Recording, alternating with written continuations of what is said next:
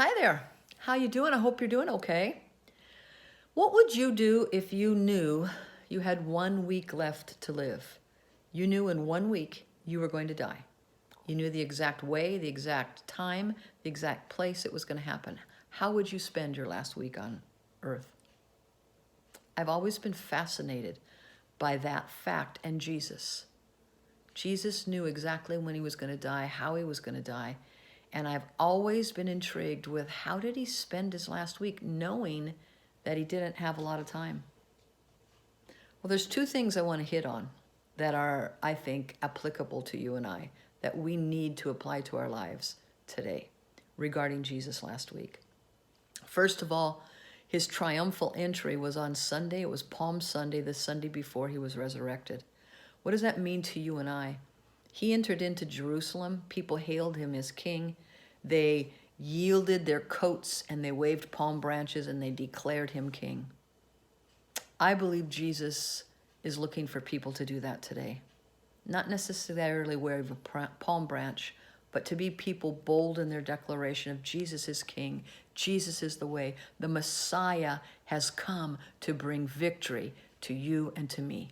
I believe he's looking to enter our lives and for us to declare him in the exact same way.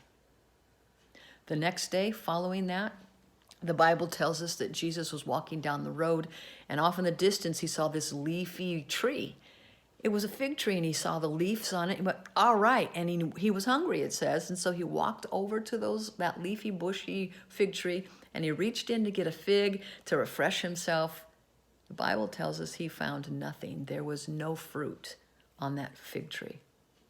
Now, what makes that significant is those fig trees in the Middle Eastern place always had fruit first. The fruit, the figs, those little figs would be growing on the tree before the leaves. And so the fact that there were leaves, it was a leafy fig tree, was indication for everyone who would see it that there was fruit. In fact, those fig trees, some of them could blossom up to 10 times in a season.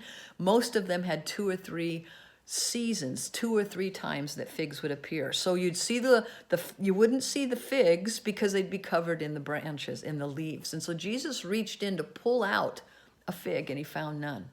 Second lesson to us. I believe there's people that are all show. They're all talk. They look good from a distance.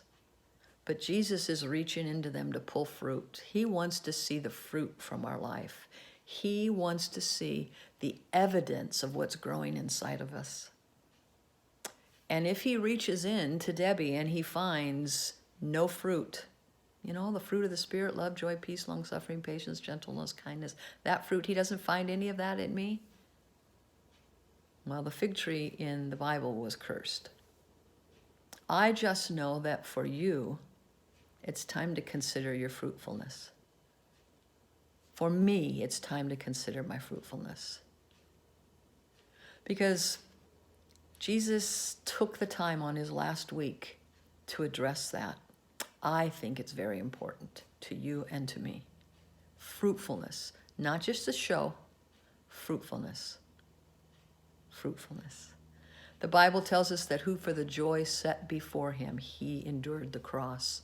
The only reason Jesus went through what he went through, the torture and agony of the last several days of his life, was because he had joy looking into the future. He had joy looking into the fact that you would be a follower, that you would declare him your king, and that you would bear fruit.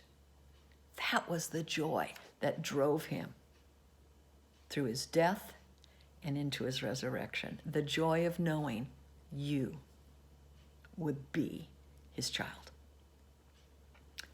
Think about some things. Enjoy this Holy Week. It is a wonderful time of love. And be blessed. Be encouraged. Go with God.